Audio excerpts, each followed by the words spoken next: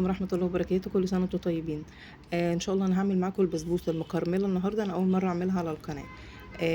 بصراحة يا جماعة حلوة جدا جدا جدا، وفعلا يعني زي اللي بنشتريها من بره تماما. انا كنت بعملها الطريقة العادية بالاكياس الجاهزة، لكن انا ما جربت الطريقة دي بصراحة. انا دلوقتي بجيب دقيق السميد سايب، وانا بعملها في البيت بنفس الطريقة اللي انا هوريها لكم دي.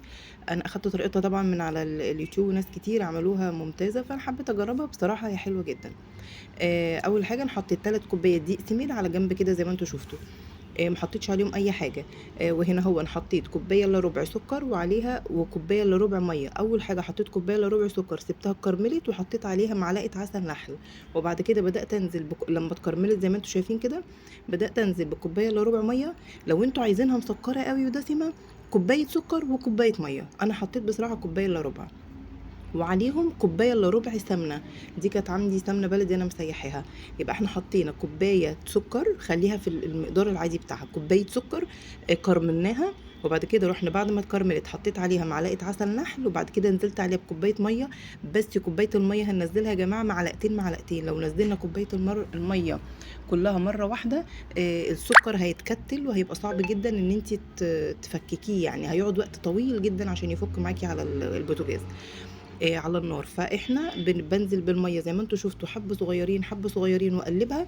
وبعد كده لما خلاص الحراره بتاعتها تتاخد، هيبقى سايل زي ما انتم شايفين كده. بدات اعمل عسل، كوبايه سكر.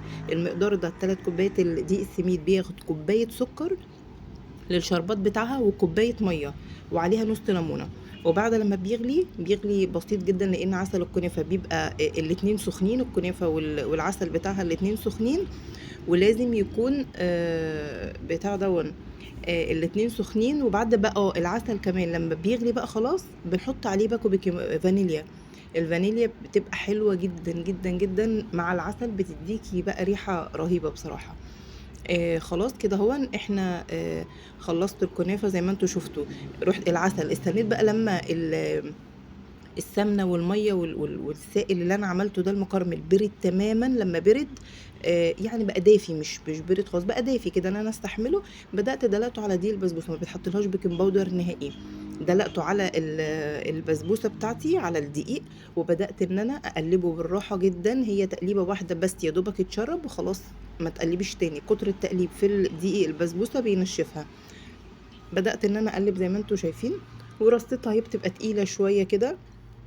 بدأت خلاص دخلتها الفرن. وبعد ما طلعتها من الفرن كانت العسل بتاعي كان اتعمل، وبدأت ان انا حطيته على طول على البسبوسة. يعني الاتنين سخنين حطيته فورا على البسبوسة، وسبتها لما اتشربت براحتها، لان البسبوسة زي ما انتم شايفين لازم تبقى مسكرة جدا، مش عارفة ليه. هي لازم تبقى مسكرة كده زي ما انتم شايفين. لونها اصلا تحفة، وشكلها وطعمها خطير بأمانة. شايفين اللون البني دون؟ انا كنت عايزه اعرف بقى اللون البني ده اصلا بيجي ازاي في المحلات كده.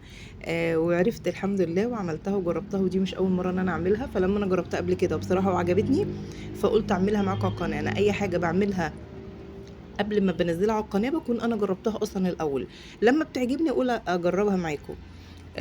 فهي دي، بصوا شايفين ده شكلها وطعمها زي ما بنجيبها من المحلات بالظبط. وان شاء الله جربوها، وان شاء الله والله هتعجبكم جدا جدا جدا. واقول لكم كل سنه وانتم طيبين، وتعودوا الايام علينا وعليكم بكل خير يا رب. وبالنسبه بقى للكحك والحاجات دي، لو عرفت ان انا اصور لكم، اكيد كلنا بنعمل. انا واحده من الناس اللي مش بحب اشتري، انا بحب اعمله في البيت، بس طبعا وقت عندي ضيق جدا جدا، انا مش عارفه ان انا اعمله. انا كنت عاملاهم على القناه قبل كده، وكنت حابه اعيدهم معاكم والله تاني، بس الوقت معايا صعب جدا ان انا مش عارفه حتى اصور. فلو قدرت ان انا اصور لكم اي حاجه من حاجات الكحك دي، هوريها لكم، بس في الاخر هوريكم صور.